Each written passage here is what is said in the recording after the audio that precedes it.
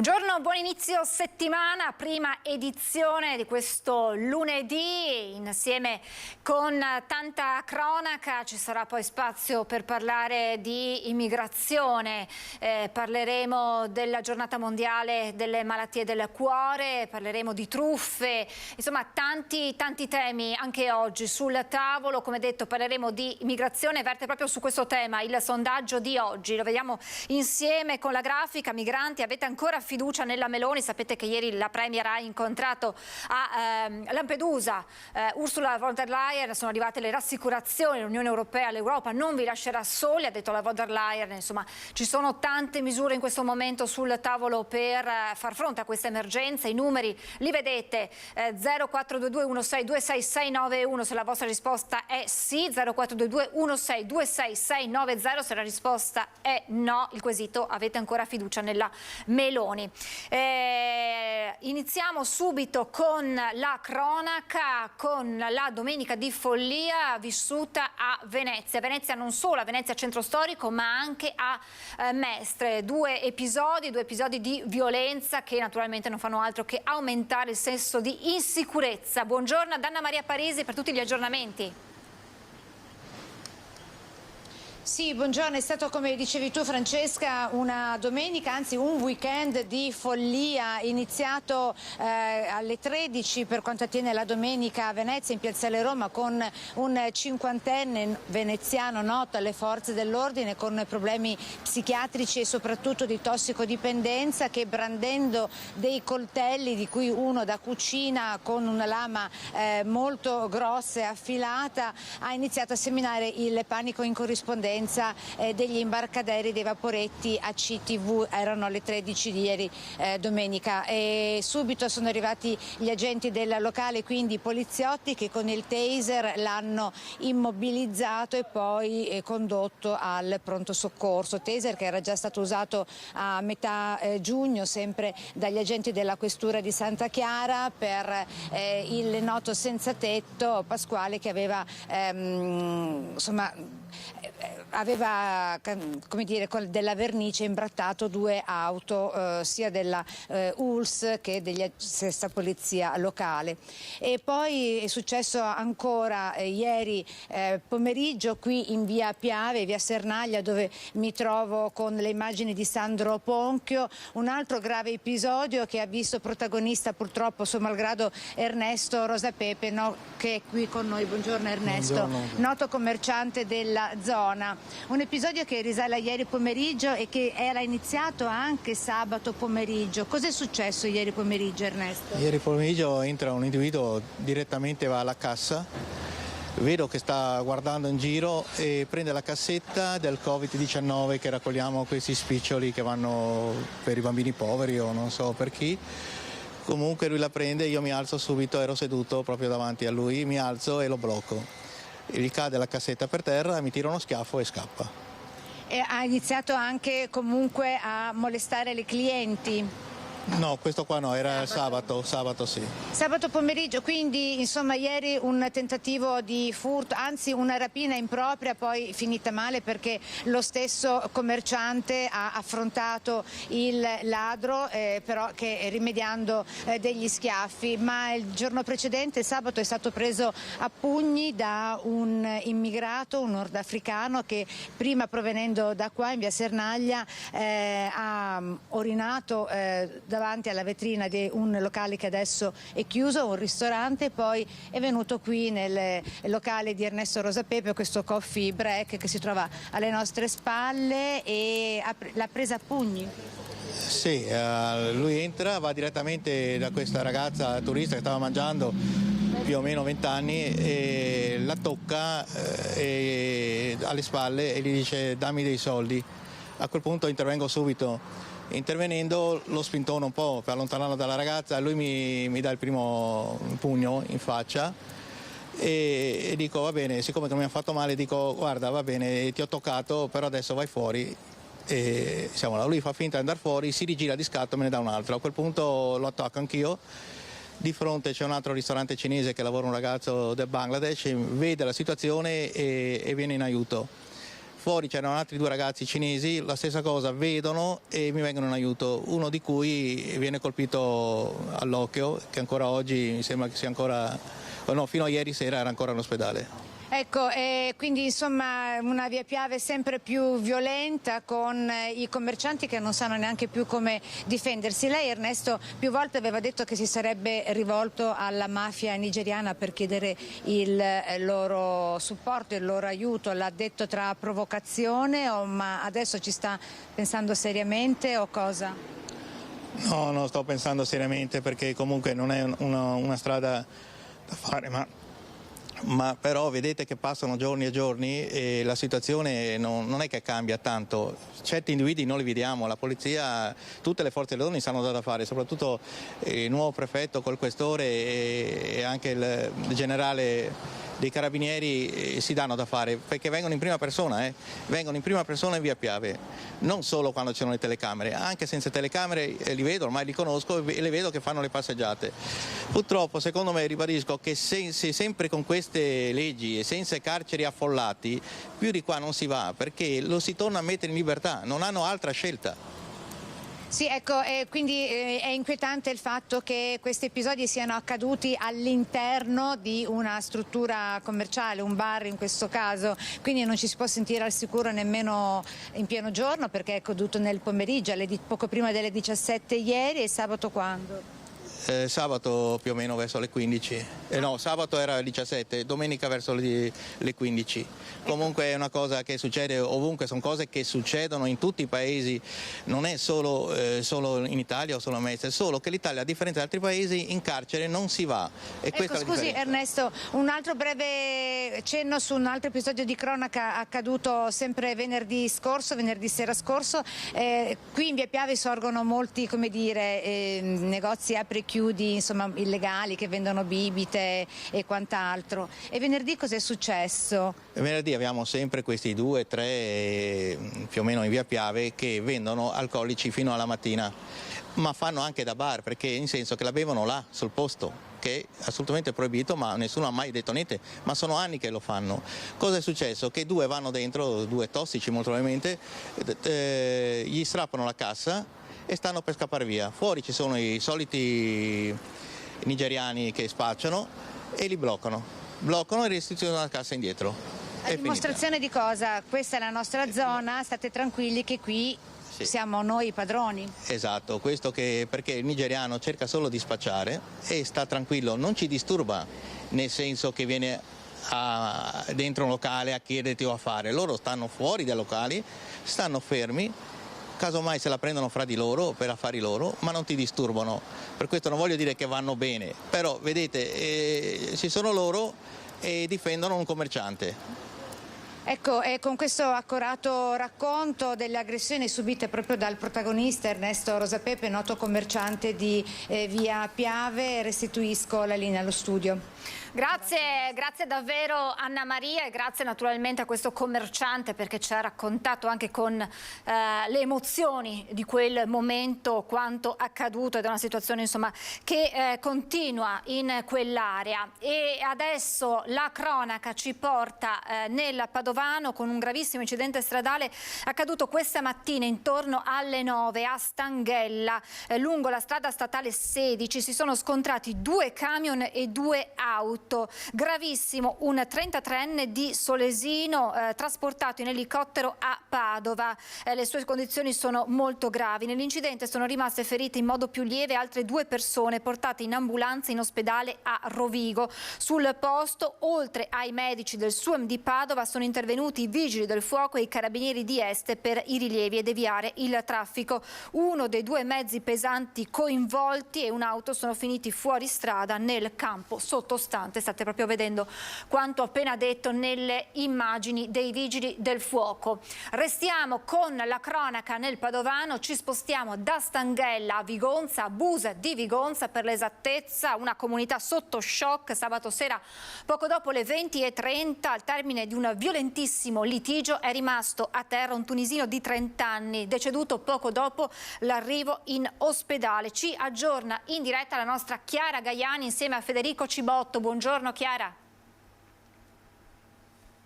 Francesca, buongiorno. Si chiamava Ben Amer Marouen, il tunisino di 30 anni che è morto sostanzialmente qui purtroppo sabato sera. La lite è scoppiata dove ci troviamo adesso, in via Aldomoro, sotto questi portici. Guardate, ci sono ancora le chiazze di sangue anche sul gradino del porticato di questo condominio. Chiazze di sangue che poi si spostano per circa una decina di metri. La lite appunto è scoppiata sotto il porticato, da una parte Ben Amer Marouen con altri 2 connazionali, dall'altro un gruppo di 3-4 persone. Non è ancora chiaro esattamente che cosa sia accaduto. Dopo la coltellata più grave che l'ha colpito a una gamba, recidendo l'arteria femorale, Ben Amer Marouen ha fatto circa una decina di metri, quelli che abbiamo percorso insieme a voi, per poi finire qui. È davvero impressionante quello che è accaduto tra l'altro in un quartiere molto tranquillo. Questa è una zona residenziale, il porticato, questo giardinetto. Ci hanno raccontato però che purtroppo varie volte assistono all'arrivo di tunisini e che c'è paura a uscire la sera. Le indagini, subito sono arrivati i carabinieri, come avete sentito, come hai detto tu, il giovane tunisino è morto poco dopo l'arrivo in ospedale. I carabinieri hanno iniziato a sentire i testimoni. Tra l'altro, guardate, volevo farvi vedere però una nota delicata, un ricordo che è comparso proprio pochi minuti fa con alcune rose bianche in onore, in ricordo di Ben Amer Marouen. Aveva avuto problemi con la giustizia perché era clandestino in Italia, infatti anche il riconoscimento è arrivato dopo circa 3 ore da parte dei carabinieri, che stanno ancora cercando l'arma del delitto. Il coltello non è ancora stato trovato, come stanno sentendo i testimoni, e passando al setaccio le immagini delle telecamere di videosorveglianza per capire dove si siano diretti, probabilmente verso la statale che è qui vicino, e che cosa sia accaduto, perché sia scoppiato questo violentissimo litigio. Abbiamo detto residenti sotto shock, una comunità molto tranquilla, residenti che abbiamo sentito con il collega Federico Cibotto, che adesso vi facciamo appunto anche sentire nel servizio. Poi la linea può tornare direttamente a voi. Com'è questa zona? Una zona tranquilla, non mai stati problemi qua e là, di giorno. Poi di sera non si sa, perché di sera stiamo un po' a casa anche, ma di solito non è mai successo niente qua. La preoccupa questo omicidio alle 8:30 di sera? Beh, insomma, un po' sì, anche perché siamo in una zona piena di questi personaggi. A Padova ce ne sono un'infinità, vengono fuori, vengono per i paesi, non so se spacciano o no, perciò è un fatto molto preoccupante. No, io abito là, ma non ho sentito niente, mi sono accorta ieri mattina perché sono andata alla messa e ho visto che c'erano i carabinieri con le transenne, ma no, non so niente, non ho visto niente, signora. Ma è impaurita, tutte le macchie di sangue ancora che ci sono? Cosa vuole? Qua bisogna, oramai più che conviviamo con questa delinquenza che c'è. Cosa vuole fare? È molto cambiato il quartiere? Tanto, pensare una volta che era bellissimo, tranquillo, adesso si ha paura di uscire alla sera. Va bene, chissà che facciano qualcosa, tanto che mettano più luci, perché qua la sera è buio, c'è quelle luci lì, ma mi sembrano luci che facciano più luce in modo che ci si veda bene. Per noi la sicurezza del quartiere di Busa è fondamentale e continueremo in questa opera antidegrado e a favore della legalità, perché non ci fermeremo certo per questo episodio grave. Un episodio che peraltro ci viene indicato come un episodio di passaggio. Ahimè, Busa ha la fortuna, ma in questi casi la sfortuna, di essere un punto strategico tra la provincia di Venezia e la provincia di Padova. Abbiamo messo a disposizione degli inquirenti anche i filmati delle nostre telecamere di videosorveglianza, un sistema che è stato recentemente implementato, e in quella zona ci sono diverse telecamere sia di contesto urbano sia vicino a un'isola ecologica per il monitoraggio ambientale. Ancora intanto ringraziamo naturalmente Chiara Gaiani per la cronaca da Vigonza insieme a Federico Cibotto e restiamo con la cronaca in provincia di Padova con l'ennesimo caso di codice rosso. Parliamo di violenza nei confronti delle donne, arrestato un marito violento. Dopo anni di maltrattamenti, minacce, insulti, temendo per la sua incolumità, ha deciso finalmente di denunciare il marito che la vessava.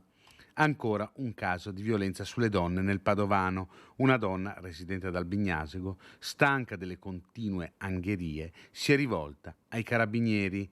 Il marito, cittadino albanese, con diversi precedenti, era sempre più violento. Era arrivato a picchiarla anche alla presenza della figlioletta perché non aveva accettato la sua decisione di separarsi. Una volta aveva picchiato la moglie con una scopa. Un'altra aveva tentato di soffocarla con un sacchetto di plastica sul capo. La tempestava di messaggi e telefonate minatorie. Vista l'aggressività, i carabinieri hanno attivato il protocollo previsto in questi casi di codice rosso e l'uomo è stato arrestato e portato in carcere. Pauroso incidente a Piovene Rocchette, siamo nel Vicentino, ha visto coinvolti 3 mezzi, fortunatamente una sola persona è rimasta ferita perché il bilancio poteva essere davvero molto più importante.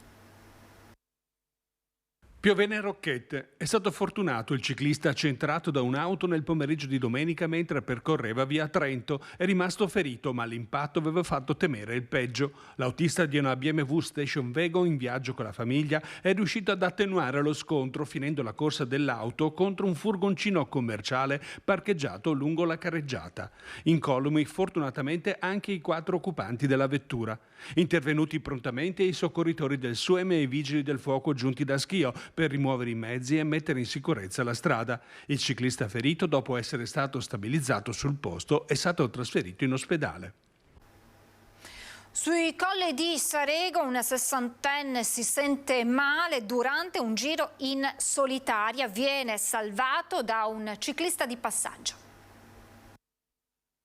Sarego, un ciclista 60enne di Alonte finito a terra per un malore è stato salvato grazie all'allarme ai soccorritori lanciato da un altro ciclista che casualmente stava percorrendo la stessa strada.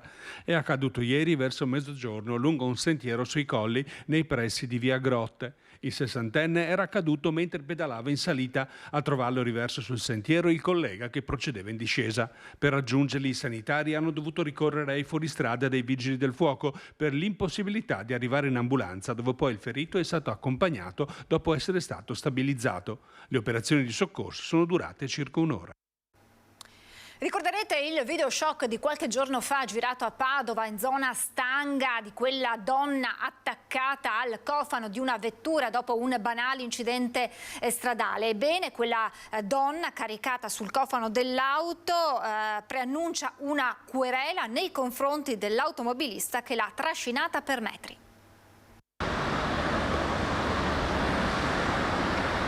Dalle vie social alle vie legali, il video virale della donna nigeriana attaccata al cofano di un'auto che percorre via Venezia potrebbe approdare in tribunale. La signora africana infatti attraverso il suo consulente infortunistico presenterà una querela per lesioni lievi contro la donna che dopo la constatazione amichevole ha ingranato la marcia e l'ha caricata sul cofano. Abrasioni ed escoriazioni per essere rimasta attaccata per una prognosi di 5 giorni. No,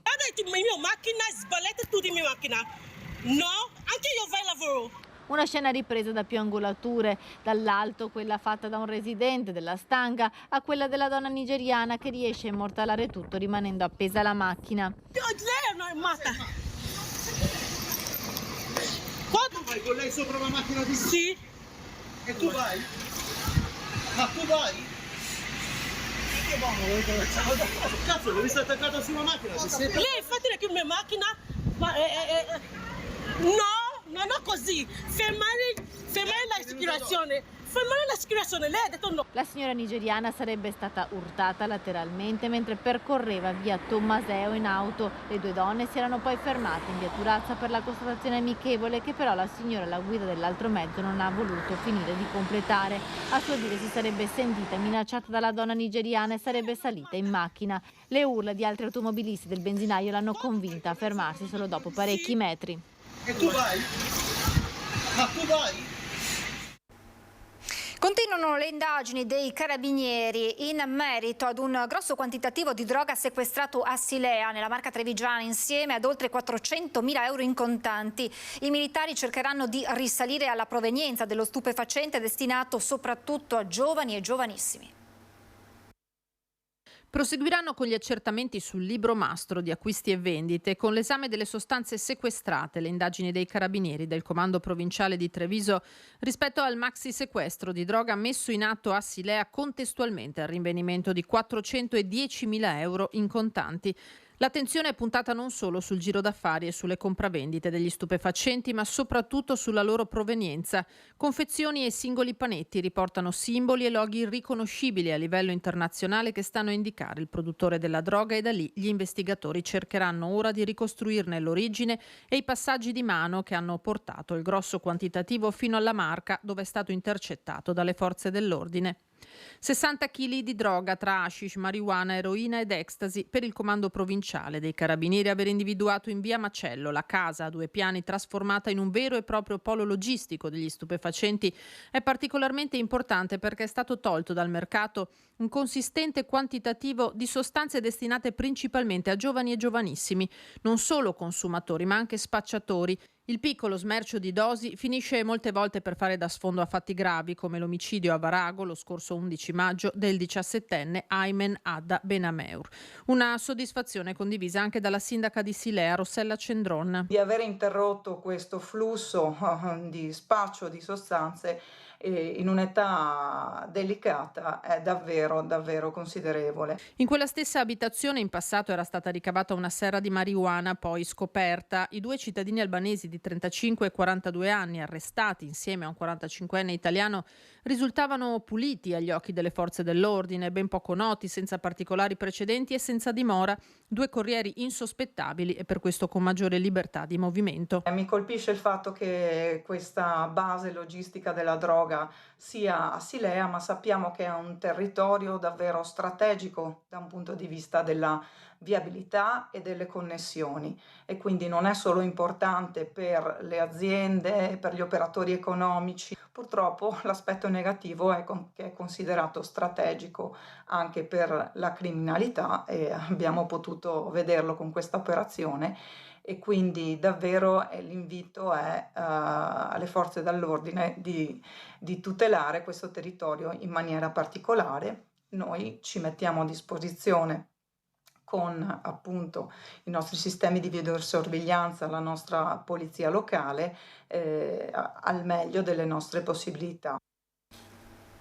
E controlli antidroga a Padova, ha scoperto anche un pusher in sedia a rotelle. Nonostante fosse costretto in casa su una sedia a rotelle, spacciava droga ricevendo a domicilio i clienti. Un uomo di 62 anni, residente in un appartamento Ater di via Poleni al Portello, è stato arrestato dagli agenti della squadra mobile durante i controlli antidroga del fine settimana. L'uomo, immobilizzato a casa a causa di una grave disabilità certificata da una commissione medica dell'INPS nel 2020, è stato scoperto mentre riceveva nella sua abitazione una cliente a cui ha venduto una dose di cocaina. Proprio il continuo via vai nella casa aveva insospettito i poliziotti, che all'interno dell'appartamento hanno anche trovato un'altra dose di droga, bilancini di precisione e tutto il materiale per confezionarlo. Il 62enne al momento dell'arresto ha mostrato la sedia a rotelle accantonata in un angolo dell'appartamento. Per questo, viste le sue condizioni, è stato scarcerato, ma il suo caso è stato segnalato all'INPS per una revisione. Durante i controlli antidroga nel fine settimana sono stati anche arrestati 4 tunisini, un nigeriano e un uomo del Togo.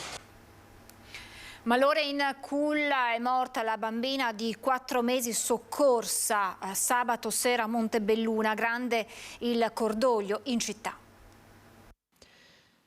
La piccola Sofia non ce l'ha fatta. La bambina di 4 mesi di origini albanesi, trovata ormai cianotica in culla e trasportata d'urgenza in elicottero all'ospedale Cafoncello di Treviso, non si è più ripresa, lasciando nel dolore più grande i genitori, papà Olsi Coce e mamma Pranvera, che da anni abitano in via Tezzona a Montebelluna. Sofia era la minore di 3 figlie, le sorelline di 6 e 4 anni circa. Erano in casa nel momento in cui la mamma, che aveva rimesso in culla la piccola dopo averla allattata, si è accorta che la figlioletta non respirava più. È uscita in strada, ha gridato, sono accorsi i vicini, fratello e sorella che abitano di fronte. Sono stati i primi al telefono con gli operatori del SUEM 118 a prestare soccorso alla bambina, ma la bocca era libera, non c'erano segni di rigurgito. È possibile che si sia trattato di una morte bianca senza spiegazioni, se non il cuore che improvvisamente si è fermato.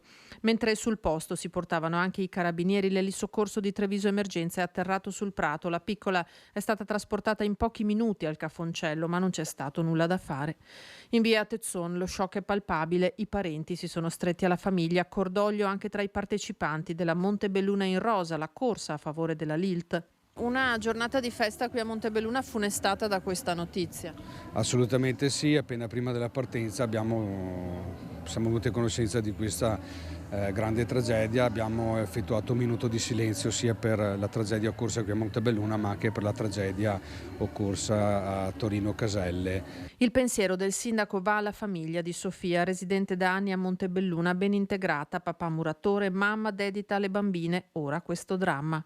Le tragedie sono sempre tragedie quando riguardano dei bambini che hanno tenera età, sinceramente fa venire la pelle d'oca, perché il senso di umanità poi prevale su qualsiasi altro tipo di sentimento. Sarà mia cura poi mettermi in contatto con la famiglia, perché credo che un gesto da parte del primo cittadino sia doveroso in determinati casi, per quanto doloroso sia anche per il sindaco poi ovviamente dover affrontare queste situazioni da un punto di vista umano. E noi ci fermiamo per la pubblicità, tra pochissimo.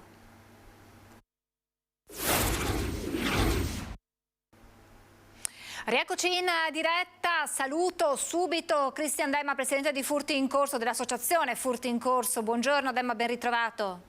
Buongiorno a tutti voi, grazie. Oggi non parleremo nello specifico di furti con Cristian Demma, perché la sua associazione, come la pagina Facebook che ormai quasi tutti conoscono, si occupano anche di truffe, perché sempre più spesso le persone cadono vittime di truffe che Demma diventano sempre più articolate e sempre più fatte, costruite in modo da trarre in inganno anche la persona che si ritiene più scaltra. Perché ci racconti esattamente come vengono costruite queste truffe? Parliamo soprattutto di investimenti, giusto? Sì, in questo momento c'è questa grande truffa sugli investimenti, perché ovviamente il solito discorso, i soldi, tra virgolette, facili fanno un po' gola a tutti. E quindi cosa sta succedendo? Ho assistito proprio a delle persone che sono venute da me in preda un po' alla disperazione, perché c'era questa truffa articolata veramente in maniera, oserei dire, quasi perfetta, nel senso che vengono adescati o da applicazioni varie, da qualche social o con dei visi diciamo noti dello spettacolo e via dicendo, che promettono degli investimenti molto alti con una rendita veloce e magari sfruttando canali non propriamente classici. Quindi cosa succede? Si investe una parte di denaro. Queste persone sono molto seguite via chat, via mail, anche telefonicamente dagli operatori. Si investe una parte di denaro, subito dopo 2 o 3 mesi, quindi è una cosa veloce ma non velocissima, arrivano in un conto corrente che è stato fatto aprire apposta per queste cose qui nella banca, e una cifra magari raddoppiata. Quindi un piccolo investimento, faccio un esempio di 2.000 euro, mi arrivano 4.000 dopo 3 mesi e dico ecco la fortuna. Quindi mi arrivano veramente in conto i soldi. Più che altro, mi perdoni Demma, più che dire ecco la fortuna, dico ecco è davvero un investimento serio, perché in effetti i soldi che ho investito mi hanno fruttato. Assolutamente, è da lì che parte poi il gioco, perché a quel punto io sono certo e sicuro che, visto che mi hanno fatto un bonifico, sono arrivati i soldi, vuol dire che sono persone per bene e poi mi stanno dietro, a quel punto investo i miei risparmi e lì si scatena il disastro, perché proprio in un caso specifico mi ha fatto male il cuore, perché ho visto una persona totalmente distrutta perché ha perso tutto. E ha quindi perso tutto, lo possiamo quantificare, Demma? Siamo sui 25.000 euro, che sai, per noi comuni mortali è tantissimo e tutto, no? Poi per qualcuno sarà bruscolini, ma per la maggior parte di noi sono risparmi di una vita. E quindi ha investito. Poi cosa succede? Che la cosa va avanti, si protrae nel tempo, sì, aspettiamo perché non è il momento di disinvestire, quindi tengono ancora da conto. A un certo punto arriva il momento che devo ricevere i soldi, succede una virgola in cui mi dicono no, ma adesso non ti preoccupare, sono arrivati, solo che per sbloccarli devi darmi pure altri 1.000-2.000 euro perché sono bloccati in un fondo di investimento. A quel punto subentra nella persona l'ansia di dire allora lo faccio perché sennò rischio di perdere tutto, e quindi butto anche gli ultimi soldi proprio che ho nel conto corrente o nel portafoglio, e lì poi spariscono definitivamente queste persone, cioè addirittura cancellano le chat di WhatsApp, cancellano i numeri telefonici, quindi in un istante è tutto sparito. Mi permetto di dire che c'è anche un secondo poi passaggio di tutto ciò, che la maggior parte di queste persone, non avendo il coraggio di spiegare cosa è successo in casa ai familiari, poi non vanno nemmeno alla polizia postale a fare la denuncia di tutto ciò, perché c'è una vergogna, come dire, sono passato per stupido e devo anche dirglielo ai figli che ho perso tutto, che non gli lascio più niente. Cioè questo era, diciamo, quello che poi mi è successo fisicamente con delle persone. Tanti siamo riusciti a fermarli per tempo perché avevamo lanciato un allarme sociale di un video proprio sul nostro gruppo, e quindi mi sono arrivati che hanno perso quei 3-4 mila euro, sempre male, ma male diciamo limitato, e nell'altro caso invece c'è stata la disperazione. Quindi è fatta estremamente bene, attenzione, perché sembra veramente che vi arrivino i soldi, e il primo step è che vi arrivano questi soldi. Il consiglio dunque è quello di affidarsi in caso di investimenti a degli enti, alle banche, insomma qualcosa di strutturato, e soprattutto con il quale ci possa essere un confronto diretto, guardarsi negli occhi. Assolutamente sì, persone che sono nel giro, che vengono conosciute, che lavorano nelle banche o anche nel stato di investimento ma del paese, che è tanto tempo che li conosciamo. A volte abbiamo avuto anche problemi anche su certe situazioni del genere, però lì c'è almeno la certezza che c'è una struttura che poi mi seguirà e che mi darà una mano e che mi farà, diciamo, da tramite, in una maniera che vado lì e busso e vedo una persona con gli occhi. Qui invece addirittura a volte è capitato che c'erano degli accenti anche non italiani, chiamate che mi arrivavano dall'estero, e quindi lì devo alzare un attimino le antenne, perché ovvio che se mi chiamano dall'estero, l'accento non è italiano, non ho idea di chi sia questa persona, numeri WhatsApp esteri, c'è qualcosa che non va, e i soldi facili non si fanno mai in maniera legale o in qualche altra maniera, bisogna sempre sudarli purtroppo. Abbiamo sentito del caso di 25.000 euro, i casi di 3-4.000 euro, c'è anche chi ha perso una via intermedia, cioè quanto dai casi che avete avuto voi, che si sono confrontati insomma con la vostra associazione, che cifre avete sentito che sono purtroppo state perse con queste modalità? Ma diciamo che il caso appunto eclatante è questo del pacchetto di 25.000 euro. Altri casi siamo appunto sui 2.000, 3.000, 4.000 euro. C'è anche un caso particolare che è arrivato a circa 10.000, anche perché sono dettati nella speranza. Allora, tutti noi siamo in un momento della vita in cui purtroppo abbiamo il caro vita e tutto quanto, e dobbiamo magari fare dei lavori a casa o mettere a posto qualcosa, e quindi ci fa gola questa situazione, perché bisogna andare a vedere anche il modo in cui poi viene strutturata la truffa, no? Loro sanno che c'è un po' di fame di denaro. Il problema è proprio che anche a questa persona altri 10.000, quindi noi andiamo a sommare. Questi sono una decina di persone che sono venuti da furti in corso, quindi per me sono tantissime, però in realtà sono poche, perché poi ho sentito che amici di queste persone hanno investito, che poi magari queste persone stesse che sono state prese di mira da questa truffa hanno consigliato, ahimè, agli amici questa situazione, quindi è un continuo catena di Sant'Antonio, una volta si diceva, no? Quindi vado, consiglio, e poi si sentono anche in colpa per aver fatto perdere soldi anche agli amici, quindi è veramente un momento in cui questa non è sotto controllo questa situazione. Bisognerebbe veramente che ci fossero dei pool esatti della polizia postale che chiude immediatamente, ma d'altronde loro li chiudono e poi li riaprono in 2 secondi perché vengono fuori dall'estero, quindi è complesso. L'importante è informazione il più possibile. Cristian Demma, tra l'altro insomma poi questi siti, queste app insomma usano anche magari dei volti noti per attirare le persone, perché sappiamo, se viene usato un testimonial, passatemi il termine famoso, che poi inconsapevolmente naturalmente viene utilizzato, uno ci crede ancora di più, ma anche questo fate attenzione, perché appunto sono inconsapevoli questi personaggi che vengono utilizzati poi per ingannare i cittadini. Abbiamo visto che addirittura ci sono dei software, no, che permettono di usare la faccia di una persona nota e fargli dire quello che si vuole, no? Quindi ce l'hanno fatto vedere anche in certe trasmissioni. Questo viene utilizzato a livello digitale, e quindi la persona ovviamente dice: ma se l'ha fatto quella persona lì, che è una persona stimatissima e di un certo profilo, posso fidarmi? È lì che poi si sbaglia, perché fermatevi un secondo a ragionare, ma secondo voi quella persona che di quale magari ricopre una carica particolare mi va a far investire all'estero dei denari?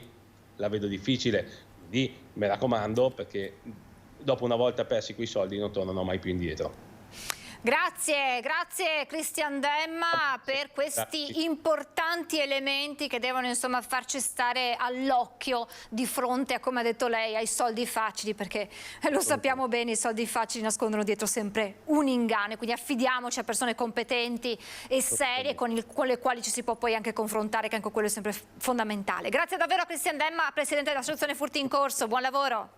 Grazie a voi, buona giornata. Grazie a Christian Demma. Questo dunque è quello che è accaduto, e dunque queste truffe sempre più articolate e sempre fatte in modo di ingannare il più possibile le persone per far perdere poi loro i soldi. Singolare episodio durante i controlli della Polizia Stradale di Padova, impegnati nella prevenzione contro le stragi del sabato sera in via San Marco, dopo aver ritirato la patente ad un trentenne con un tasso alcolemico di 0,62, gli agenti hanno ritirato la patente anche al padre, che era arrivato a recuperarlo in quanto aveva un tasso alcolemico ben superiore di 1,10 grammi per litro, quasi il doppio rispetto al figlio. In totale, su 23 conducenti controllati, per 7 è scattato il ritiro del documento. Andiamo avanti, scoperta una pizzeria abusiva, forse non abbiamo il servizio, e allora andiamo avanti, torniamo ormai al caso conosciuto in tutta la regione dell'autovelox di Cadoneghe, perché anche questo contribuisce alla diaspora dei militanti della Lega. Sentite le parole di questa dottoressa di Tre Baseleghe. Dopo questo evento che ha praticamente devastato migliaia di cittadini, sia a livello economico ma soprattutto anche a livello psicologico e fisico, non posso condividere l'appartenenza allo stesso partito del sindaco di Cadoneghe. Quindi, visto anche l'assordante silenzio delle autorità, mi vedo costretta ad abbandonare, dopo 10 anni di militanza, la Lega, e lo faccio facendo un gesto simbolico ma altrettanto significativo, che è il taglio della mia tessera di militante. Dopo 10 anni di iscrizione alla Lega, la dottoressa Antonella Bordin, medico di base di Tre Baseleghe, lascia il partito contestando l'assenza di risposte del sindaco di Cadoneghe e dei vertici del Carroccio sulla vicenda del famigerato Velox lungo la vecchia strada del Santo, che sta togliendo il sonno a migliaia di persone che hanno ricevuto tantissime multe. Dall'evento del Velox di Cadoneghe, la cui maggior parte della responsabilità è del primo cittadino, ho cercato di interloquire con lo stesso e cercare delle risposte dai rappresentanti del territorio della Lega, fino ad arrivare al ministro, nonché segretario del partito, Matteo Salvini. Ad ora non ho avuto alcuna risposta. La dottoressa Bordin è solo l'ultima dei tanti addii all'interno della Lega nel Padovano, tra gli espulsi come Fabrizio Borone e chi invece ha lasciato come Alain Luciani. Ho visto un orso sulla strada per il Cansiglio. La segnalazione ai carabinieri forestali è arrivata da uno escursionista settantenne del Vittoriese. L'incontro ravvicinato è stato sabato mattina nella zona di Sant'Augusta. Siamo sempre nell'area di Vittorio Veneto. L'animale poi è scappato alla vista dell'uomo. A maggio e giugno erano state le fototrappole a catturare le immagini di un orso a Fregona e Cordignano, suscitando un misto di paura, scalpore e curiosità. Stavolta sono stati direttamente gli occhi di un escursionista a registrare la presenza di un plantigrado. Di prima mattina, alla luce del giorno, ore 7:30, località Sant'Augusta, nella zona di Vittorio Veneto. Secondo il suo racconto, l'uomo, un settantenne del Vittoriese in escursione, stava transitando su una strada sterrata in direzione Cansiglio quando si è accorto dell'orso adulto, non meglio indicato ma comunque di grossa taglia. Istanti di paura, ma è stato l'animale che alla sua vista subito si è allontanato facendo perdere le proprie tracce, più spaventato probabilmente dello stesso umano, che immediatamente ha segnalato l'accaduto ai carabinieri forestali, perché gli avvistamenti ormai si stanno moltiplicando. Ancora presto per capire se si tratti dello stesso animale registrato a Fregona e Cordignano, definito all'epoca un maschio di passaggio e svanito poi nel nulla. E torniamo alla tragedia di Torino, la tragedia delle frecce tricolori, costata la vita ad una bimba di 5 anni. Sotto inchiesta il pilota friulano Oscar Del Do, sentito in queste ore dagli inquirenti.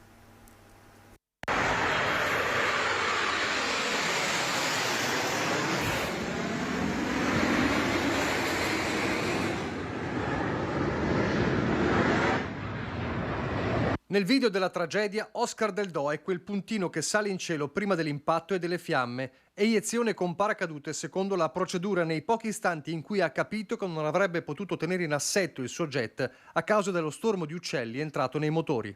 Ha evitato che il Pony 4 delle frecce tricolori impattasse sul centro abitato, ma non ha impedito che la tragedia si consumasse. «Ho dovuto lanciarmi o sarei morto», ha detto. «Non ho visto quell'auto». L'auto nella quale viaggiava la famiglia Aurigliasso. Laura, morta a 5 anni tra le fiamme nel seggiolino, il fratellino Andrea di 12 anni e la mamma Veronica, 41, in gravi condizioni, e il papà Paolo, 49 anni, le mani bruciate per aver tentato di salvare la piccola. Il maggiore Del Do, 35enne friulano di Torreano di Martignacco, nelle frecce tricolori dal 2020, viene sentito in queste ore dagli inquirenti che hanno aperto un'inchiesta. Un pilota esperto con oltre 2000 ore di attività alle spalle che proviene dal 132esimo gruppo del 51esimo Stormo di Strana. Ricordato come un ragazzo in gamba, serio, preparato, preciso e molto meticoloso, che si era impegnato tanto per riuscire a realizzare il suo sogno di entrare nelle frecce.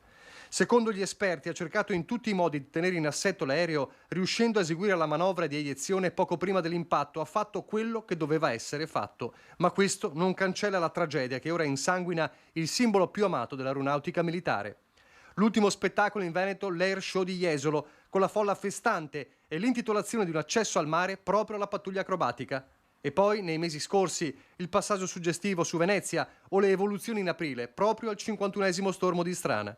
Un cordoglio unanime che arriva anche dalle istituzioni. Siamo vicini alla famiglia, ma siamo vicini anche all'aeronautica, perché sta vivendo anch'essa una tragedia grandissima, al pilota e a tutti quelli che ogni giorno, forze dell'ordine, militari, si impegnano per servire questa nazione. È una cosa che non vorremmo mai dover commentare, né vedere né dover commentare, però credo che ad oggi il sentimento più grande di tutti sia solo il cordoglio e anche la forte vicinanza alla famiglia di quella bimba, che io faccio fatica veramente a commentare. E adesso cambiamo argomento e parliamo della giornata mondiale del cuore, che sarà il prossimo 29 settembre, che vedrà ancora una volta in prima linea le farmacie. Saluto, ringrazio il dottor Nicola Zerbinato di Farmacie Unite. Buongiorno dottor Zerbinato, grazie per essere con noi. Buongiorno a voi e grazie a voi.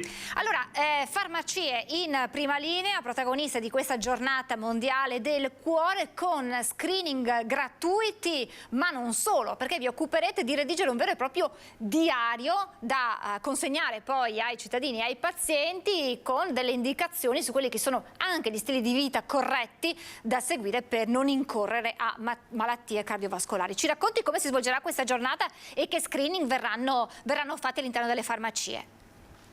Esattamente, sì, ha detto correttamente.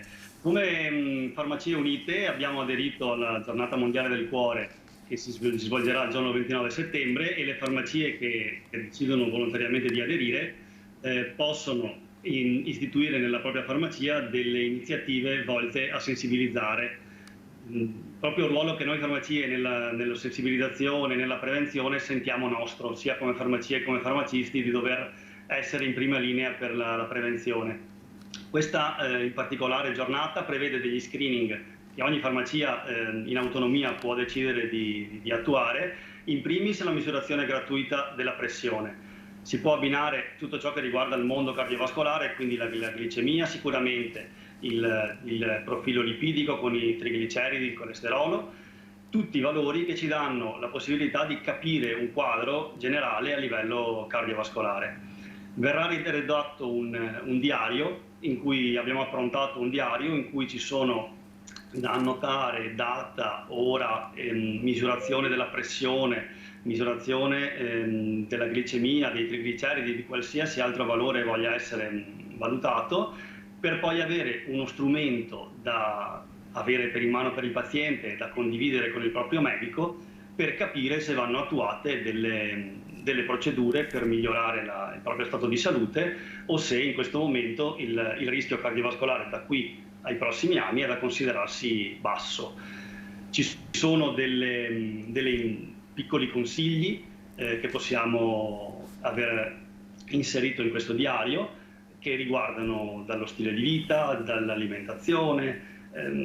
Alcune categorie sono più o meno a rischio, e sulla base di questo è stato anche affrontato un questionario che fa capire, in base al valore dato dalle risposte individuali a questo questionario, se il rischio è più o meno alto. Ecco, quali sono i fattori di rischio, sia naturalmente fisici, quindi pensiamo, ne dico una soltanto, l'obesità, ma anche gli stili di vita che possono, insomma, in qualche modo mettere a rischio il nostro cuore? Sicuramente, come ha detto, uno dei primi che viene in mente è il sovrappeso e l'obesità. Ci sono delle condizioni quali il tabagismo, quindi il fumo, che possono contribuire. L'alimentazione in generale, quindi il mangiare corretto, sano, utilizzando buone quote di frutta e verdura quotidianamente, l'evitare magari o saltuariamente di consumare alcol, tutti fattori che vanno a contribuire al buono stato del nostro apparato cardiovascolare. Insomma, stili di vita corretti, alimentazione corretta, perché i problemi di cuore non riguardano solo le persone avanti con l'età, i meno giovani, ma bisogna iniziare sin da giovani ad aver cura del proprio cuore, con tutti questi elementi che lei ci ha indicato, dottore. Assolutamente, perché prima si comincia ad aver cura del proprio corpo, di noi, più facile è evitare l'insorgenza di complicanze. Lo stile di vita, come detto, è fondamentale, soprattutto magari chi fa un lavoro che porta a sedentarietà, chi fa un lavoro che lo porta a stare molte ore seduto davanti a uno schermo. Avere un'ora, mezz'ora, anche quotidianamente, una camminata, non serve fare chissà quali attività sportive faticose, ma già la camminata, l'essere tutti i giorni attivi e non solo sedentari, vogliono dire molto, e prima si comincia, più facile è arrivare a conservare, si spera, un buono stato di salute.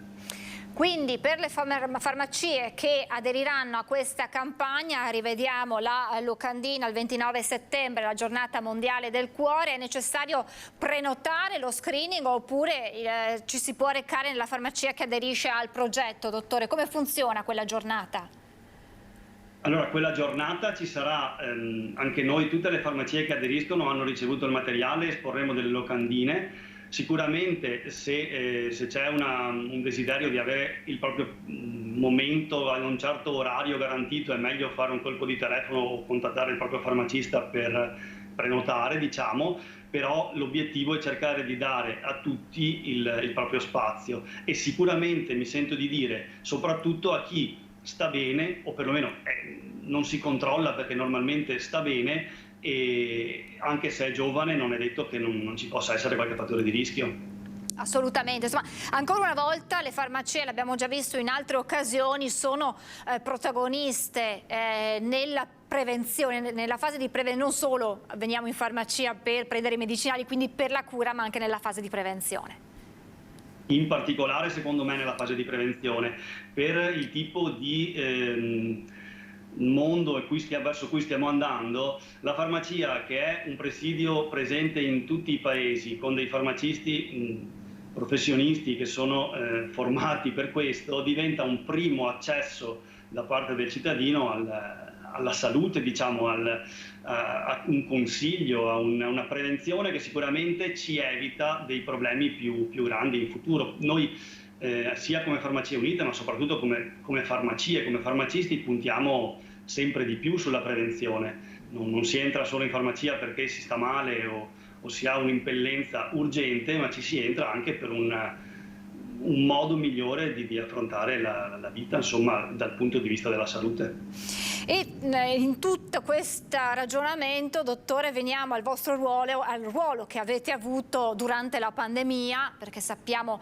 come le farmacie non si siano mai fermate in tutto quello che è stato il percorso della pandemia, sia per quello che è il vostro lavoro saltuario, ma anche proprio per nella fase dei tamponi. E allora, visti i dati, gli ultimi dati che stanno arrivando di un ritorno con numeri anche importanti del virus, le chiedo se voi state riscontrando proprio sul fronte dei tamponi questa recrudescenza, quindi se è un aumento il numero delle richieste di tamponi per il Covid. Ahimè sì, non parliamo di numeri neanche minimamente paragonabili a quelli che abbiamo vissuto. Sì, concordo in pieno. Nei ormai 2 anni veri e propri sono stati di pandemia, perché noi l'abbiamo visto sulla nostra pelle, è stato un impegno notevole che ci è stato richiesto da quel punto di vista e che abbiamo sicuramente affrontato nel migliore delle nostre possibilità. Ma adesso, dopo la fine delle vacanze, persone che magari rientrano da vacanze all'estero, viaggi all'estero, l'aumento dei contagi o comunque del fatto di avere contattato persone che hanno contratto la patologia, sì, abbiamo riscontrato un maggiore aumento sia di richieste di tamponi eseguiti qui da noi professionisti in farmacia, sia di quelli fai da te che la gente si fa comodamente a casa. I numeri non sono, per carità, dal punto di vista generale molto molto elevati, ma sicuramente molto cresciuti rispetto a quello che erano gli ultimi mesi.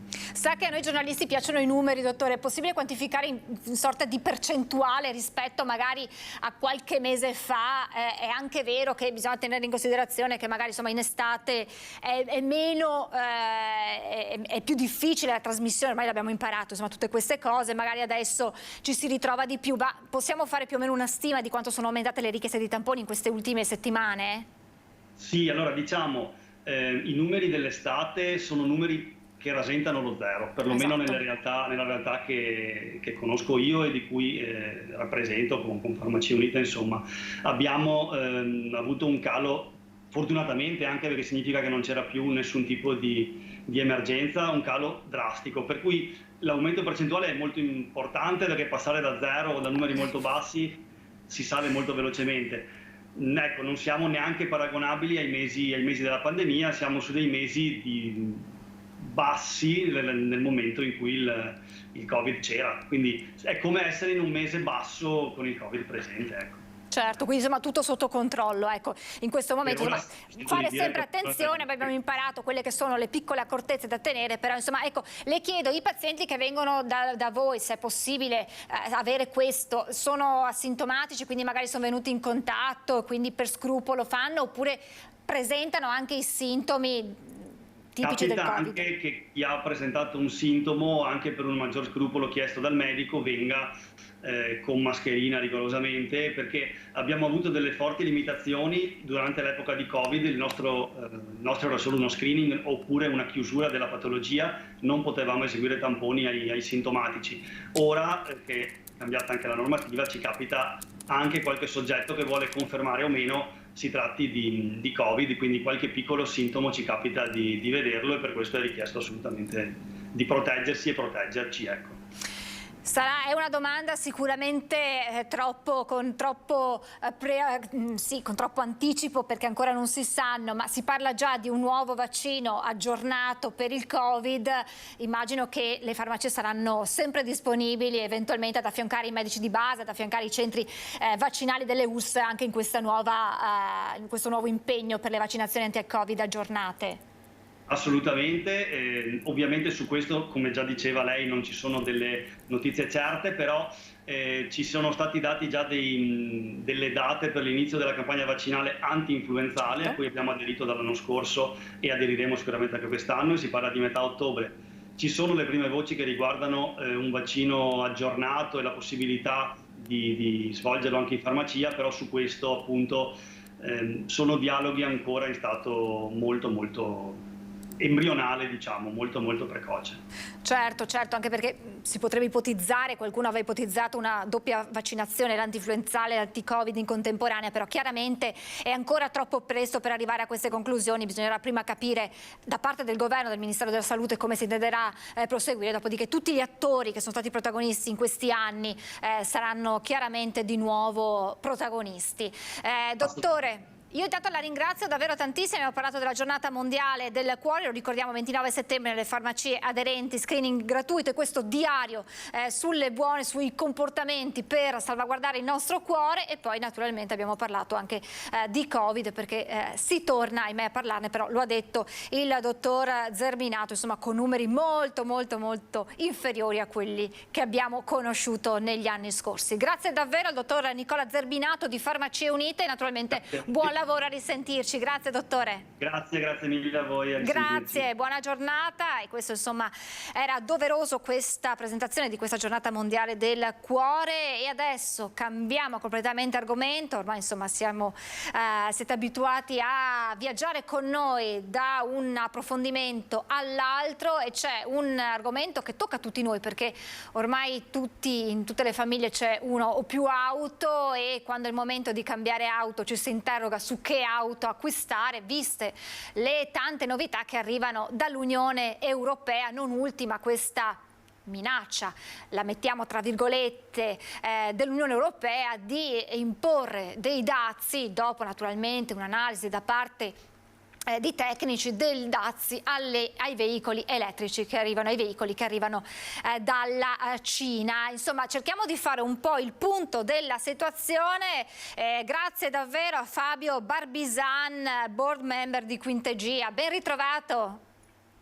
Buongiorno Francesca, è un piacere tornare da voi, buongiorno a tutte le persone collegate. Grazie mille, allora ci aiuti un po' a fare un po' di chiarezza, e magari chissà che non arrivi qualche input a chi deve appunto cambiare la propria auto e non sa come muoversi. Allora intanto le chiedo qual è lo stato di salute dell'automotive in Italia in questo momento, tra un usato che ha raggiunto prezzi simili al nuovo, auto che faticano ad arrivare, elettrico che arriva però con tutte le limitazioni che sappiamo, insomma come va? Dunque, premesso che per un comparto così importante lo stato di salute non è mai abbastanza buono, devo dire che i segnali in questa prima parte dell'anno sono positivi. Sono positivi, vedono diciamo, dei valori delle vendite, se ci basiamo sull'immatricolato, che sfiorano il 20%, superano anzi il 20%, rispetto allo stesso periodo dell'anno precedente, e ampliando il campo al confronto con i paesi europei vediamo che siamo superiori a paesi molto importanti e molto forti in questo ambito come la Francia, la Germania e lo UK. Quindi sappiamo anche che il 2022 è stato un anno difficile per le vendite di veicoli, anche dovute anche alla disponibilità di prodotto, però le performance sono buone. A integrazione, visto che oggi come oggi è sempre più rilevante anche la quota del noleggio, pensiamo che a giugno 2023, dati di ANIASA, l'associazione che si occupa appunto di monitorare il settore del noleggio, un veicolo su 3 è sostanzialmente stato immatricolato a noleggio, con una crescita del 47% rispetto all'anno precedente. Quindi anche questo indicatore molto positivo e molto buono, soprattutto anche in un'ottica di transazione, quando guardiamo veicoli nuovi con nuove motorizzazioni, nuove tipologie di abitudini e consumi.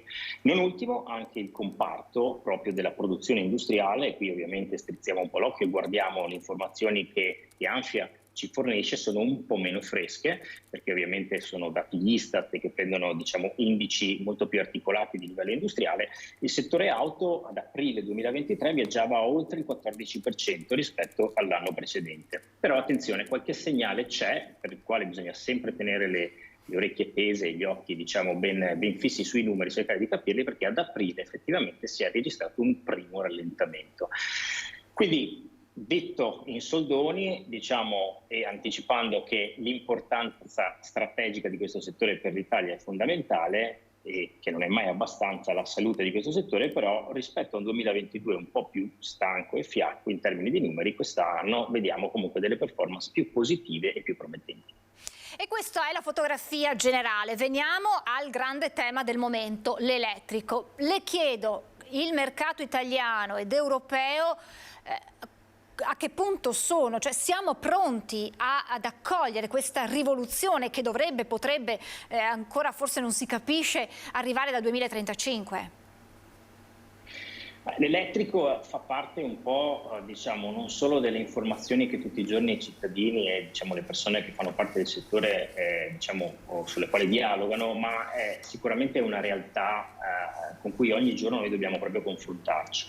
Ovviamente partendo da un punto particolarmente basso e avendo visto i costruttori e i distributori di auto investire molto nel promuovere questo tipo di propulsione, i numeri sono positivi. Diciamo, l'Italia ha registrato un immatricolato elettrico in aumento rispetto agli anni precedenti, continua a crescere, però ovviamente anche in questo caso non ha senso guardare i numeri in valore assoluto e vale la pena anche voltarsi a vedere, diciamo, anche i nostri compagni di avventura, no? Gli altri paesi europei. Beh, su questo, diciamo, se per esempio nel periodo della prima parte del 2023 abbiamo noi registrato in Italia quasi un 30% di crescita rispetto allo stesso periodo dell'anno precedente, beh, gli altri paesi hanno comunque spinto molto di più.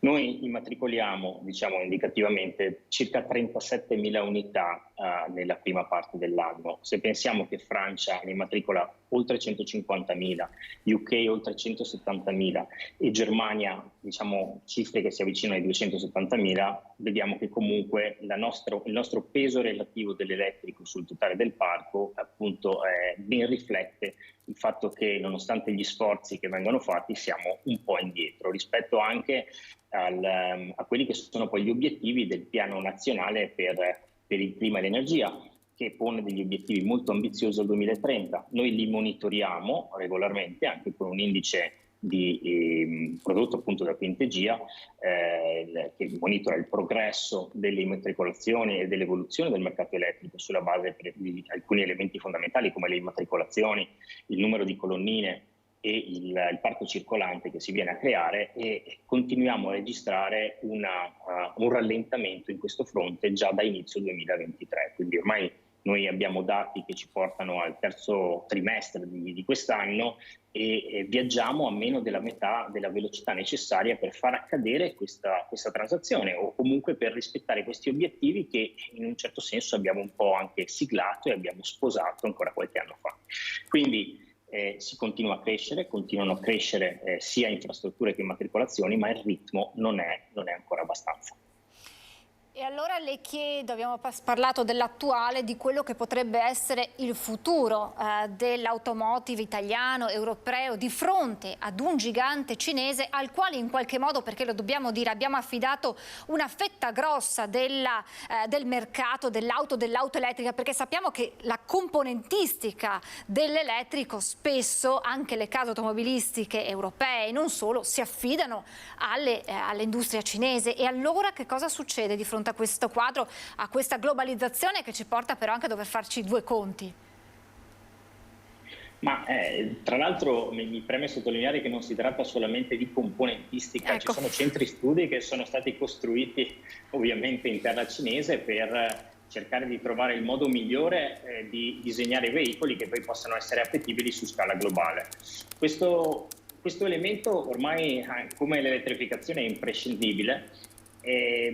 Sappiamo quanto nelle ultime settimane e negli ultimi mesi i principali responsabili non solo delle case auto ma anche delle associazioni a livello europeo è particolarmente preoccupata per la mancanza di competitività che sembrerebbe esserci nel confronto con le vetture cinesi.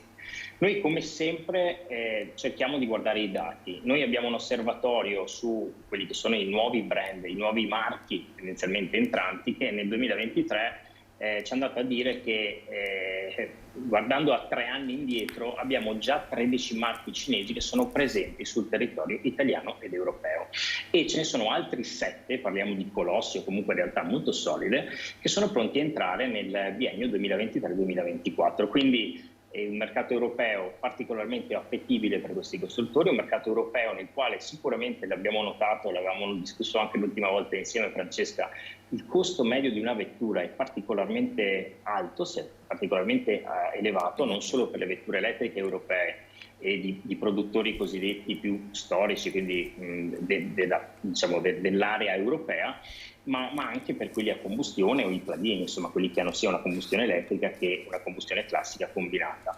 Quindi è come se un po' in un certo senso si fossero aperte delle porte molto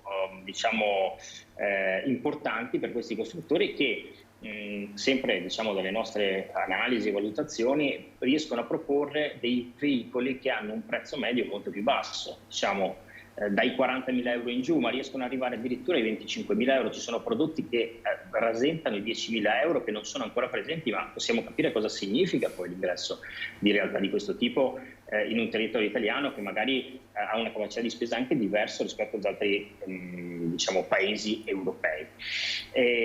Guardando da questo punto di vista non possiamo non considerare per esempio anche il consumatore, perché non possiamo giudicare il mercato solo da chi produce auto o quanto forte può essere.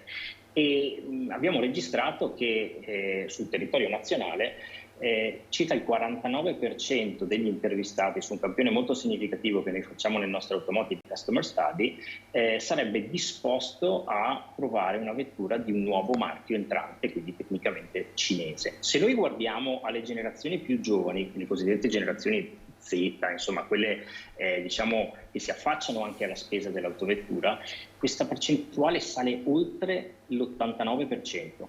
È una cifra pazzesca che non considera solamente il costo più economico della vettura, ma anche l'approccio a livello informatico e tecnologico, perché sicuramente la percezione di questi nuovi marchi è di avere una tecnologia molto più orientata a quello che è un consumatore più giovane, con piattaforme di integrazione infotainment molto più avanzate. Ultimo punto su questo aspetto, avendo guardato al consumatore e al produttore, ci preme anche capire per esempio i distributori, no? Oggigiorno le auto le compriamo magari anche un po' online, anche direttamente dai siti internet dei costruttori, ma c'è una grossa fetta degli acquisti che avviene ancora tramite la rete dei concessionari auto. Oltre il 45% ha dichiarato di essere non solo interessata, ma disponibile a eventualmente accogliere nel portafoglio dei marchi che si vedono commercializzare ogni giorno dei brand che arrivano dall'esterno. Quindi c'è curiosità, voglia a tutti i livelli di comunque andare a non demonizzare sinceramente, ma non perdere l'eventuale opportunità di questi nuovi marchi entranti. E allora proviamo a chiudere il nostro ragionamento e le chiedo, dalla vostra esperienza, dai vostri dati, quali potrebbero essere le azioni correttive da mettere in campo per riportare gli investimenti ed aumentare chiaramente la competizione europea e guardiamo a casa nostra, in particolare in Italia. È decisamente una bella domanda. Sappiamo che l'Unione Europea ha messo in campo quasi alla vigilia della scadenza del mandato, appunto che è a inizio 2024, un'indagine che fortunatamente, non vorrei dire o prendere posizione di parte, ma credo siano abbastanza condivisibili, sembra essere stata affidata a Mario Draghi, quindi una persona che è un enorme conoscitore del mercato globale, di come si muovono le dinamiche di domanda e offerta. Chiaramente denota una certa preoccupazione e non è un grande messaggio anche per quelli che sono stati i detrattori di questa transizione, ma non tanto della transizione di per sé stessa, perché quando ascoltiamo per esempio persone molto influenti che dialogano sulla riconversione industriale non mettono il dubbio sulla necessità di investire anche nell'elettrico, ma sicuramente dei tempi che sono stati imposti a loro modo di vedere nel far accadere questo cambiamento e nel fatto che sostanzialmente sembra essere dominante una tecnologia sulle altre, quindi non rispettato il concetto di neutralità tecnologica. Per sostanzialmente cercare di veicolare questo, sicuramente andare a capire se c'è la necessità di dare ulteriore tempo ai nostri costruttori per cercare di riallinearsi e di dare la possibilità di aumentare il loro livello di competitività è fondamentale, però facendo grande attenzione perché l'imposizione di dazi, come sappiamo nella storia, non ha mai aiutato l'innovazione, non ha mai aiutato lo sviluppo tecnologico, che poi alla fine è quello che permette anche di ovviamente avere comparti industriali o commerciali che siano densamente popolati di lavoratori e sostanzialmente sani dal punto di vista economico-finanziario. Quindi è un'arma a doppio taglio, anche molto complessa nello scacchiere internazionale, perché sappiamo quanto la Cina in realtà sia tenutaria di molta tecnologia, un terzo della produzione di batterie viene prodotta, è di origine cinese, l'estrazione dei materiali, delle materie rare, sebbene ci sono molte alternative che si stanno affacciando per le nuove tecnologie, però comunque vede una preponderanza significativa degli investimenti cinesi. E non ultimo, questo tema dell'automotive si incastra con temi di scambi e di bilancio commerciale che vanno ben al di là. La Germania, per fare un esempio, che è la locomotiva, o lo è sempre stato, adesso è un po' rallentata, ma d'Europa ha enormi interessi in Cina. Quindi bisogna capire se mettere dei dazi e indispettire su questo va a toccare altri settori. Quindi un settore automotive che come sempre è sempre determinante e vivo, e sempre di più va a essere parte di una politica economico-industriale a livello globale che non può essere prescindibile, cioè è imprescindibile. Insomma, abbiamo capito che da qui ai prossimi mesi, ai prossimi anni ne avremo ancora di cui discutere, perché insomma è una questione in continua evoluzione che vede tante parti contrapposte e tanti interessi poi che vanno a mescolarsi tra loro. Grazie davvero a Fabio Barbisan, board member di Quintegy, e torneremo ad aggiornarci, vedremo che cosa succederà a livello europeo e non solo. Grazie davvero Barbisan, a risentirci, buon lavoro. E noi ci fermiamo per la pubblicità tra poco. Rieccoci in diretta, tra pochissimo andremo a Pieve di Soligo con Cristian Arboite che ci racconterà di un episodio di cronaca accaduto nelle scorse ore. Cristian Arboite che insieme a Nicoletta Rizzetto però questa mattina hanno raggiunto il sindaco di Treviso Mario Conte, con lui hanno parlato del raduno di ieri di Pontida, ma hanno parlato anche dell'emergenza profughi, tema che ha tenuto banco anche proprio nel raduno di Pontida con le parole del vice premier Salvini. Sentiamo che cosa ha detto a Cristian Arboite Mario Conte. Mario Conte, sindaco di Treviso, presidente ANCI e regionale esponente di primo piano della Lega che ieri si è ritrovata a Pontida dopo un periodo non facilissimo, soprattutto in Veneto, tanti ribelli, tante le posizioni dissidenti. Com'è andata, sindaco Conte? Ma è proprio nei momenti di difficoltà che Pontida serve per ricompattarsi, serve per chiarirsi, serve per uscire da una Pontida con una linea politica più chiara e condivisa, con l'obiettivo quello di annullare le polemiche e cancellare quelle che possono essere le divisioni di veduta. Io spero che insomma dopo questa Pontida chi aveva dei dubbi ne abbia meno, laddove c'erano tensioni si possano superare e ci ricompattiamo tutti, perché siamo alla vigilia di una tornata elettorale importante, sia da un punto di vista delle amministrazioni locali con tantissimi comuni al voto, sia perché ci sono le europee dove come Lega ci giochiamo una partita importante sia in chiave europea sia in chiave regionale. Lei ha parlato, ha scambiato qualche battuta con i leghisti dissidenti, Caner, chiamiamoli così, Caner, Marcato, li ha trovati, vi siete detti qualcosa?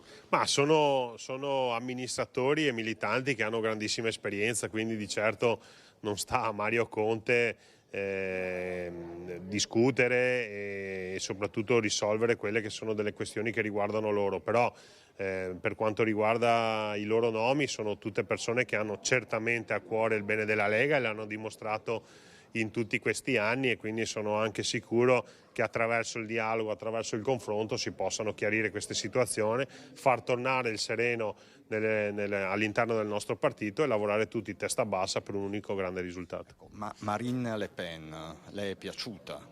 Ma devo dire che ognuno di noi può farsi un'idea più o meno a favore di questa scelta. È altrettanto vero che noi ci siamo espressi a sostegno di un segretario federale che è chiamato a dettare la linea politica e la strategia politica, quindi dobbiamo fidarci di lui, dobbiamo mettere da parte la voglia di essere tutti politologi di altissimo livello.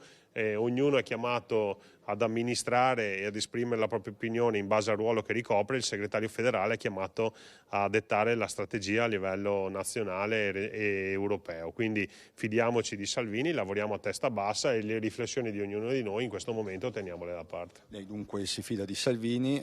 Dall'altra parte a Lampedusa c'era la Premier Giorgia Meloni con la Presidente della Commissione Europea von der Leyen. Ci sono questi 10 punti della von der Leyen, la rassicura questa nuova linea dell'Europa, che al momento è solo così sulla carta? Le uniche mie rassicurazioni sono date dai fatti che dovremo vedere in tempi strettissimi, perché proprio questa mattina ho fatto una riunione con i servizi sociali sul tema dei minori stranieri non accompagnati, che risulta essere devastante da un punto di vista sociale ed economico per i comuni, e quindi noi pretendiamo, ormai è da mesi che chiediamo, che ci siano risposte immediate da parte dell'Europa e anche da parte del nostro governo. Non si può pensare di scaricare questa gestione sui comuni, che non sono in grado, non hanno strumenti, e quindi io mi fido delle parole, però preferisco i fatti. Ieri c'è stato questo sopralluogo a Lampedusa, io spero che già dai prossimi giorni ci sia un'inversione di rotta importante, perché diversamente siamo al collasso. Perché ricordiamo, i minori non accompagnati ricadono sulle spalle dei comuni, avete anche aggiornato i conti, la contabilità proprio di quanto vi costano? Sì, no, è una spesa molto importante per le finanze del comune. Per il comune di Treviso sono circa 1,5 milioni, ma se guardo ai colleghi di Padova, Verona, Vicenza e anche di tutti gli altri comuni, le cifre diventano ancora più importanti. Padova supera addirittura i 3 milioni, però c'è anche una questione legata alle necessità che questi minori manifestano e hanno, e che devono essere garantite, però noi non siamo più in grado di farci carico di tutto questo. Ricordo che stiamo gestendo un'emergenza umanitaria proveniente dall'Ucraina, c'è ancora qualche ucraino nel nostro territorio a carico delle comunità, l'emergenza umanitaria proveniente dall'Afghanistan, ma soprattutto c'è un'emergenza sociale delle nostre comunità, con l'emergenza sfratti, con le richieste di aiuto da parte delle famiglie in difficoltà, che sono quintuplicate, quindi una situazione complicatissima alla quale non possiamo di certo aggiungere l'ennesima emergenza umanitaria. Quindi nemmeno un CPR sul territorio. Oggi il Consiglio dei Ministri si riunirà e deciderà la distribuzione a livello nazionale. Lei su questo si è già espresso, ma non so se vuole ribadire la linea. Ma servono regole chiare, strumenti e supporto ai territori. Senza questi 3 elementi sarà difficile trovare il parere favorevole da parte dei sindaci. Un CPR a Treviso? Assolutamente no. Mi pare che Treviso abbia già e stia ancora dando abbondantemente da un punto di vista dell'accoglienza. Abbiamo la caserma Serena, che ha numeri in continua crescita, abbiamo altri centri di accoglienza privati distribuiti nel territorio, siamo impegnati col progetto SAI, quindi io direi che Treviso ha già dato, e quindi se qualcuno pensa al Veneto deve certamente guardare in altri territori.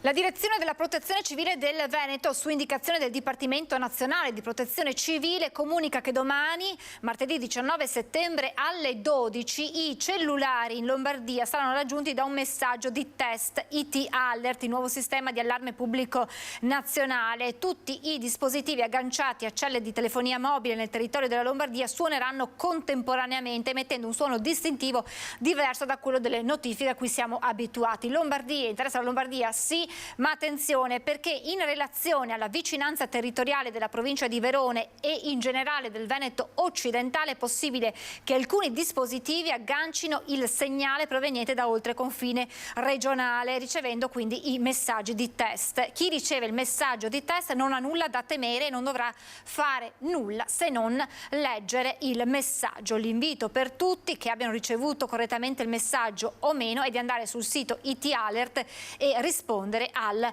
questionario. Questo insomma la notizia che andava data insomma per chi è nelle vicinanze. Io vedo Christian Arboit collegato da Pieve di Soligo, so che Christian sta cercando un testimone con il quale ha già avuto possibilità di parlare. Christian, io mi collego al volo con te perché sono quasi in chiusura, raccontaci che cosa è accaduto e che cosa ti ha raccontato anche questo testimone, poi sentiremo le sue dichiarazioni questa sera nell'eventualità non riesca a raggiungerti nuovamente. Raccontaci tutto, Christian. Assolutamente Francesca, buongiorno. Allora siamo tra via Carlo Conte e via Mussa Alta, qui a Pieve di Soligo. Questa è la palazzina, forse Alessandro è arrivato. Allora, che cos'è successo sabato mattina? Degli operai stavano lavorando all'interno di questo immobile, avevano lasciato un po' di indumenti e un portafogli in particolare, si erano cambiati in questo piccolo container. A un certo punto uno degli operai, Alessandro, vede con la coda dell'occhio che un uomo sta trafficando all'interno di questa botteghina, chiamiamola così, e che sta portando via il suo portafogli. Si lancia alla rincorsa di questo ladro. Il ladro sale in una macchina, una Dacia Sandero condotta da una ragazza, da una donna, da una giovane donna, e viene trascinato per alcuni metri da questa Dacia. Il ragazzo poi a un certo punto cade, viene soccorso, viene portato al pronto soccorso di Vittorio Veneto, ha una botta al ginocchio. Dovrebbe raggiungerci per l'appunto fra pochissimo, ma forse sentirete la sua testimonianza questa sera. Abbiamo già parlato con lo zio, anche con il papà, che preferiscono però sia Alessandro stesso a parlare e a raccontare quello che ha vissuto sabato. Quello che ti posso dire, Francesca, è che uomo e donna, questi Bonnie e Clyde, sono stati arrestati a Conegliano dai carabinieri della città del Cima, sono stati ritrovati all'interno dell'abitacolo della Dacia e si stavano di fatto preparando ad assumere della droga. Per il momento da Pieve di Soligo è tutto, ti restituisco la linea. Ottimo, grazie davvero Cristian per questo racconto. Poi, come detto, sentiremo anche le parole di questo testimone che Cristian Arboit insieme a Nicoletta Rizzetto hanno individuato, che racconterà dalla sua voce quanto ha visto. Noi siamo in chiusura, vi ricordo questa sera a partire dalle 21:15 nuovo appuntamento con Ring. Questo è il sondaggio: migranti avete ancora fiducia nella Meloni? Esito del sondaggio che verrà letto questa sera nel corso di Ring. Ospiti l'onorevole Gian Antonio D'Arè, europarlamentare della Lega, il senatore Enrico Cappelletti del Movimento 5 Stelle, l'onorevole Alessandra Moretti, europarlamentare del PD, e Lucas Pavanetto di Fratelli d'Italia. Vi lascio dunque con il meteo, pubblicità e poi il film Mongol, l'ascesa di Gengis Khan. Grazie per essere stati con noi, buona giornata.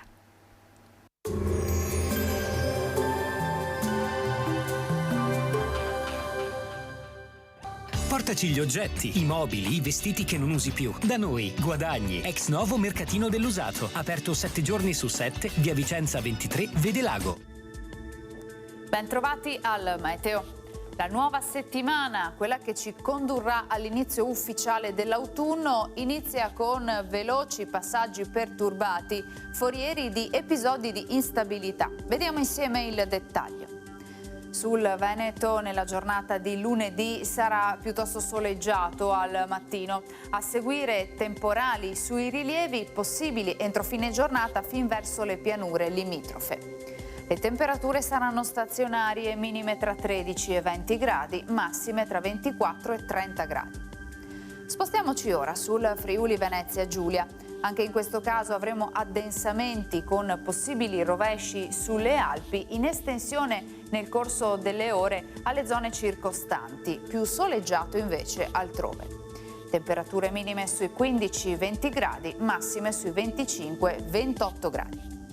Infine diamo uno sguardo alla situazione del Trentino Alto Adige, dove avremo bel tempo al mattino ma con probabili piogge dal pomeriggio e soprattutto alla sera. Temperature minime intorno ai 17-18 gradi, massime oscillanti tra i 27 e i 30 gradi all'incirca. Dal meteo per ora è tutto, vi auguro un buon proseguimento in nostra compagnia.